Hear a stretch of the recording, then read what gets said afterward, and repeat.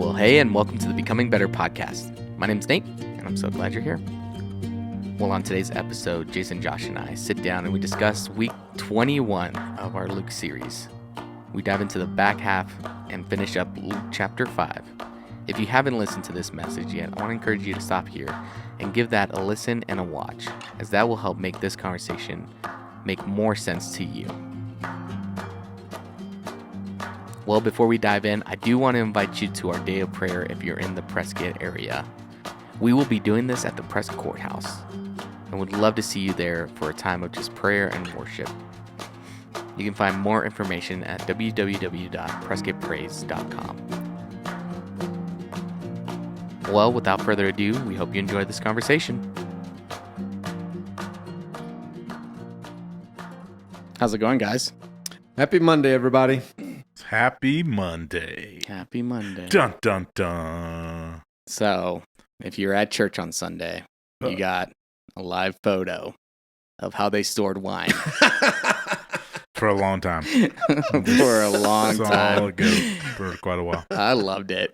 It had me thinking, though, we should go back to storing wine that way. I thought about talking to It wasn't storing wine. It was creating wine. Oh, yeah, creating wine. It was making of the wine. That's where it got fermented. Yep. So, and just so all of our hearers know, like, our team has expressed great angst over the last 24 hours of how long that picture was on the screen. Yeah, and we're I not said, the only ones. I said, I thought it was fine. I thought it was. You're not looking at it the whole time.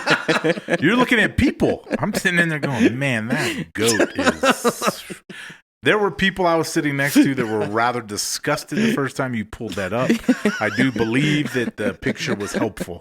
Right? Yeah. It definitely, like... Are you throwing your wife under the bus right now? I'm not. You for sure are. They don't know what service I'm speaking about. But I'm just saying, there was this like, oh... Yeah, I think for a lot of people, they didn't recognize that this is actually how you made wine. Did you see any of those when you went to Israel by any chance? Like anything that looked like that? No. Don't do that anymore that way? No, I didn't. Yeah, I didn't see any of those. Still vineyards, though? Still vineyards. And everywhere, like I said, you can see ancient, you can see the ancient carve-outs in the rocks where they do the wine press, for sure. But no actual No, goat. there was no ancient goats hanging around as the wineskins. I guess we've gotten way more sophisticated. I wonder who first went, you know what? Let's take this. Go get the goat. Go get the goat and clean them all up. Cut all his things off, legs, arms, all the things. And pour grape juice in there and watch what comes out of it. Yeah.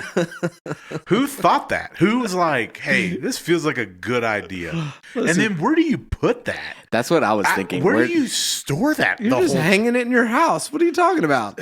You're like, hey, Grandpa, can we throw this away? And he's like, no, it's almost time. It's almost ready. We're going to open that up for your birthday.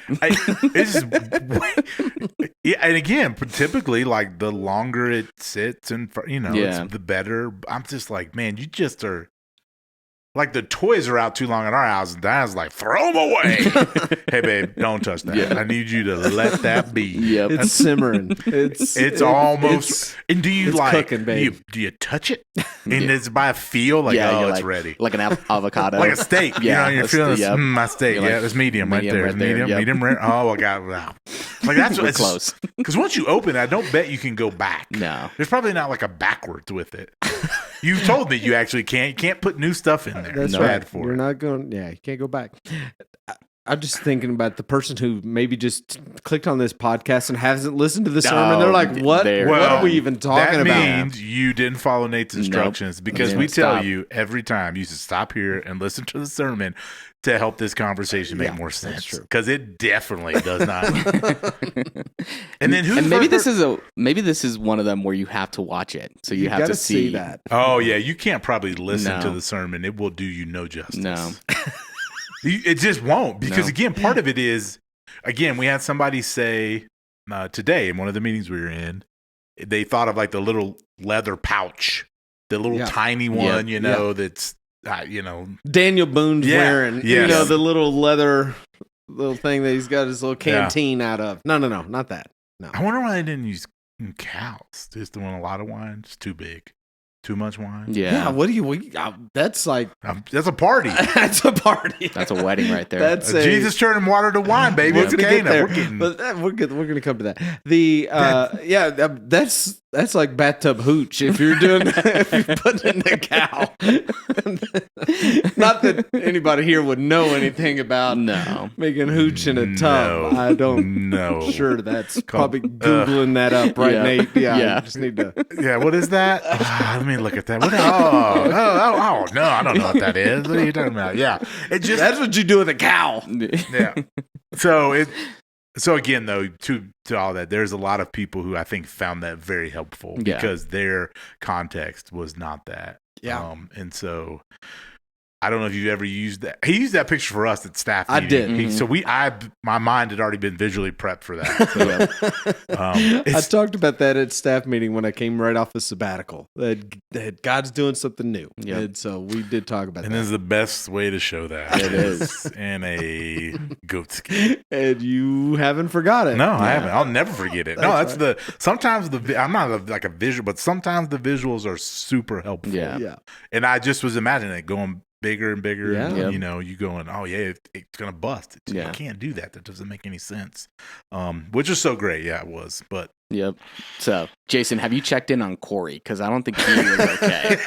You might need to go check. Yeah. He might. For those of you who are at the Prescott campus, Heward did come up right after the message, and he was visually disturbed. Yeah. And he had to endure that 3 times. And So, and he's to listened check in on- his whole life. yeah. And that was enough. That was the line. All the things that I'm sure he has seen and heard, that's the line. You crossed it. Yeah. He's seen Jason with a toilet on I think stage. that's true. Yeah. What? Oh, yeah. Oh, have you not heard about this? Ho, ho, ho, ho, ho. What? In our student building, Jason had a toilet We did. on stage. For a month. Yep. For a month. What was the series? The series, it was called Overflow. That was what it was called. We talked about all of the sins of the mouth. Jesus says it is out of the overflow of the heart that the mouth speaks. And I used the picture of a toilet and I made it run. Mm-hmm. So this was the amazing part. I put a pump in it. And so it was sitting there on stage, right? It was sitting up there on stage, and it had water in it, and it had a pump, and the toilet was just overflowing. Onto what? I had it inside like a plastic kiddie pool. It wasn't that big. It was more like a big piece of Tupperware. Think the things that you store. Storage bin. Storage bin. A plastic storage bin, clear. And toilet was in it, and it had a pump, and it was so the water was just overflowing, like you have overflowing in here. And so the opening illustration to kind of set up the whole series was, if you've ever had a toilet that overflows, like you see the water is coming out the top. You see it and you could try to stop it from coming over the edge. But at the end of the day, you recognize the issue is not up here that you can see. The issue is actually down there in the bottom that you can't see. And if you're going to fix the problem, you got to go fix it from the bottom, not from the top. And that was the setup for the series of we all have these mouth sins. When we talked about gossip and slander and lying and cursing, all of the things that Jesus says, out of the overflow of the heart, the mouth speaks. So all of this stuff that comes out, all the sin, and we could say we want to fix it up here where our mouth is, but that's not where the issue is. The issue is the heart issue. And so I used that imagery. It was on stage the whole time. For like a month, or like 3-4 weeks. Just a toilet running. Yes. Did you turn it on every time you stepped up to preach? Yeah. It was actually, I think it stayed on the whole time because we didn't have a way to get it on and off stage during worship time. It was up there the whole time. My favorite memory of that, so this is going in the Wayback Machine, was Krista Carmen, our dear friend Krista, was on the worship team, and she was standing up there, and she was singing and playing and doing all the things, and she looks at me one day, and she says, I'm throw her under the bus. Sorry, Krista, I love you. She says, sure, put the woman who's had 4 babies up here by the running toilet. I just got to go to the bathroom the whole time. I thought that was so great. That was back when her babies were young. Mm-hmm. And babies ain't young no more. Then babies ain't young no more. I mean, Interesting. A toilet.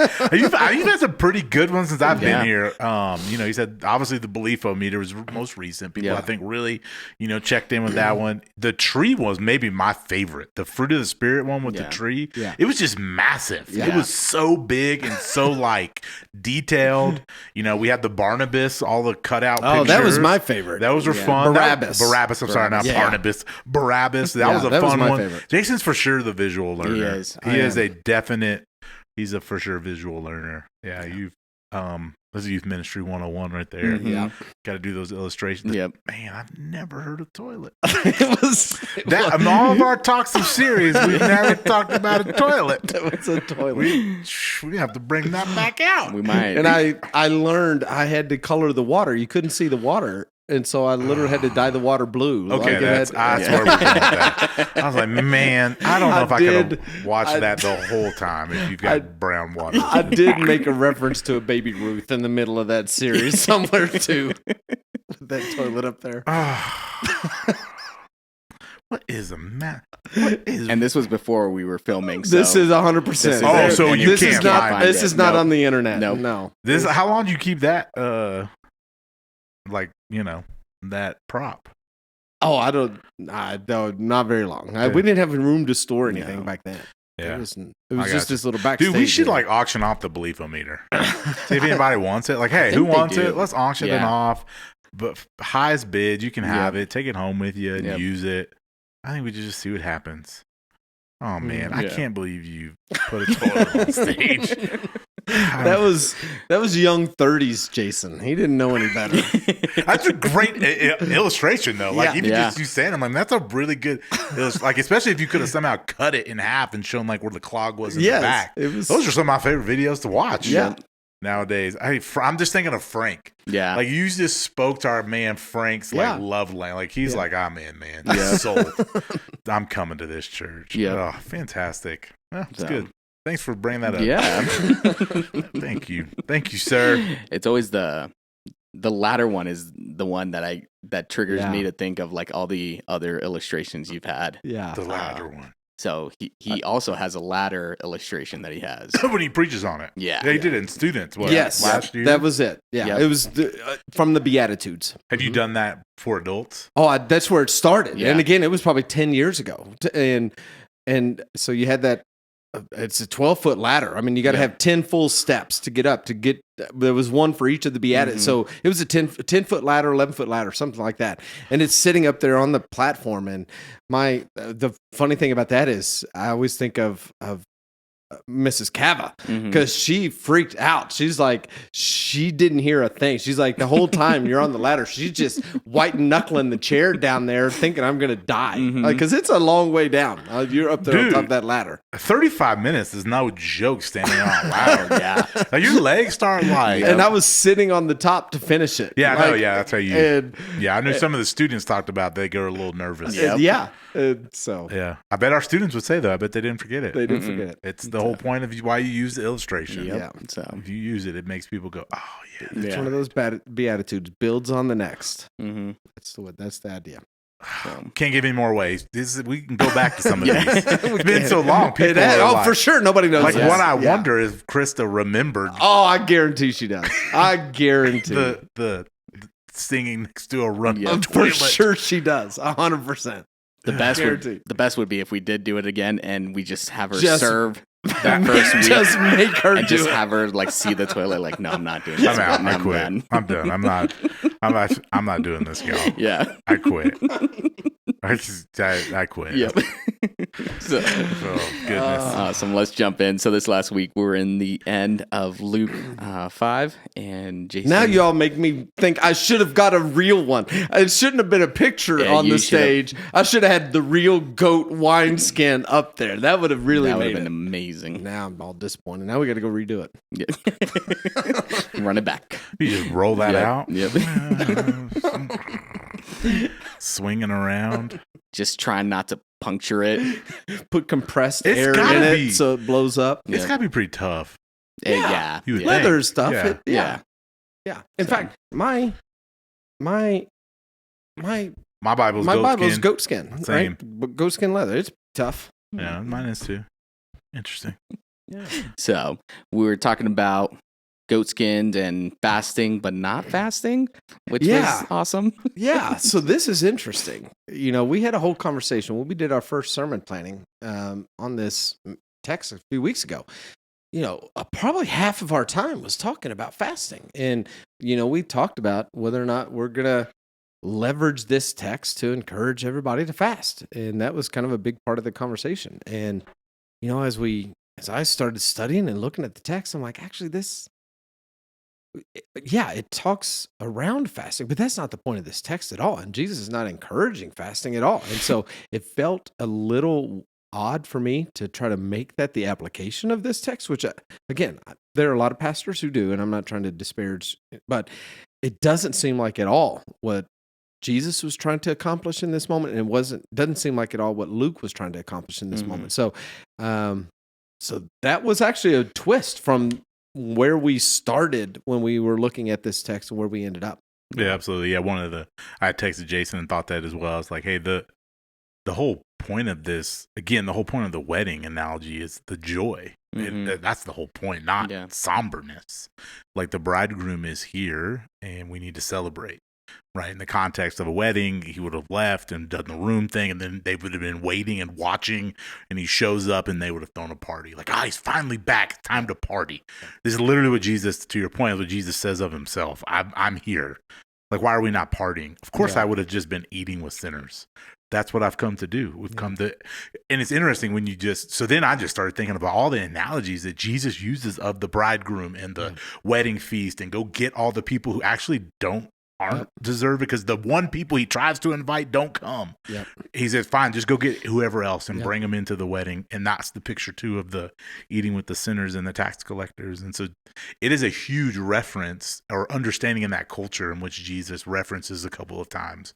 And then obviously, the end is Revelation and the great wedding feast and the party that we're invited to. And, we will be the ones, dressed in white. So just really cool picture. So that got my mind thinking, I'm like, oh yeah, this should not be the same thing I was telling you. I was like, fasting is pretty somber. Yeah. It's actually really intentional. So it's actually really painful, if done correctly. And so, more too, you just start looking at it and you go, again, same way. I've probably heard that used to preach on fasting. And again, I'm not saying it's wrong, but it's definitely not the point of what he's doing in the context. And you only get that when you keep all of these together. Yeah.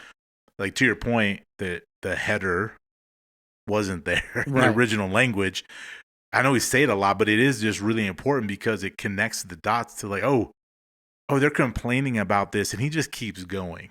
Like, he just keeps, like, their retort is, I've come to call the righteous, and they go, well, why don't you fast? Like, they try to, which feels so petty. And Jesus goes, oh, let me answer that question with not an answer. Like, he doesn't even really answer their question. Well, but he does. Yeah. In a way, though, that's like not, it did not he's please addressing them. a bigger issue bigger for issue. sure. Yeah. So just really good, really cool. So really, again, another one of the reasons why when you preach a book of the Bible, you have more context for that because you're studying it versus just going and picking that verse out and just preaching on those verses, which again, a ton of guys do, but that's for sure not the purpose of what Jesus was trying to get. And Luke did not use it for that. Even more so, I think that's the bigger thing. Yeah. So Jason, if we gave you 10 minutes, would you have added anything else to this? Yeah, I don't know that, excuse me. Yeah, I don't know that there was much to add. I mean, I feel like we got to where we wanted to get to, which was this thing where I leaned probably in a little more to the first analogy that doesn't get as much airplay when you're thinking about these two parables, the wineskin, but the first one of you cut up the new garment, and you're trying to use this cut up new garment to fix the old thing. And so I think that was really where we wanted to get to is just trying to help us all think about this thing in us that just wants to hang on to the old, and we just want to use Jesus to fix the thing that isn't working in my life. So yeah, I don't know that I would have added much. I think we got where we wanted to get to. Yeah. So awesome. Well, we did have a few comments that I wanted to just kind of go over and see if this sparks any more conversation. But Kevin Morton sent this comment in. He said, I really appreciate the work that goes into each and every sermon, diving deeper into each verse and revealing God's word and meaning that we can then apply to our lives really helps us to know him better. The message Jason shared of how Christians often view Jesus part-time when they need him in their life for one. Hold on, sorry, God. The message Jason shared of how Christians often view Jesus part-time when they need him in their life for one need or another reminds me immediately about how we want him to enter our kingdom and take care of our issues. Instead, we should ask his kingdom and his righteousness, knowing he provides all that we need to put him and his glory on display. And then he references Matthew 6:33. Yeah, I'm grateful for your comment, Kevin. It is a something that we take seriously. We want to be a people who are teaching the word. That is one of our 4 core values that we put on the wall. We teach the word. And so we're grateful for that. And again, it is a group project. We have these conversations with our team. We just want to make it as applicable for our people as possible. And so I'm grateful for that. It's helpful that God's using it. Yeah. And then from Melody, she submitted a great reminder that I am a new creation in Christ, not an improv version of the old, but new, as in something I've never fully experienced before.